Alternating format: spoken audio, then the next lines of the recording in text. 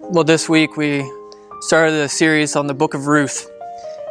And the first chapter of Ruth starts with a hard reality that there is pain in this world, that God is sovereign, but his providence sometimes weighs on us heavy. Elimelech takes his wife and his sons and they leave Israel to go to Moab to flee famine.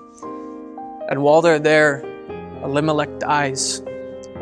And his two sons and Naomi are left, and her mother finds a little bit of hope because her sons marry.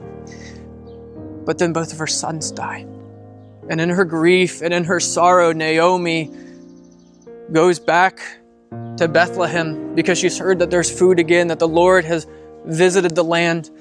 But as she goes back, she realizes her daughter-in-laws have no future there.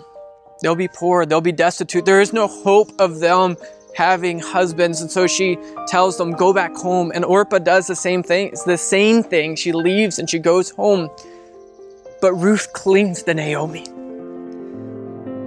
She clings to her and she says, your people will be my people and your God will be my God. And where you live, I will live. And where you die, I will die. And where you are buried, there I will be. Ruth clings. And she calls upon the Lord himself as the testimony against her if she doesn't keep this promise. But when Naomi comes home, all the women say, could this be the one who is pleasant, Naomi? And she says, don't call me pleasant. I went away full, but I have come back bitter. And it is God who has done this to me.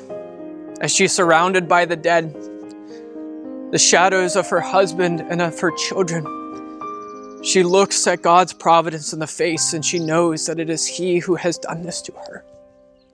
And you know this in your own life sometimes when there is pain and there is heartache. But there's always a silver lining. There is light at the end of the tunnel because there is a Redeemer. And that Redeemer brings us nothing but goodness and fullness and grace and truth.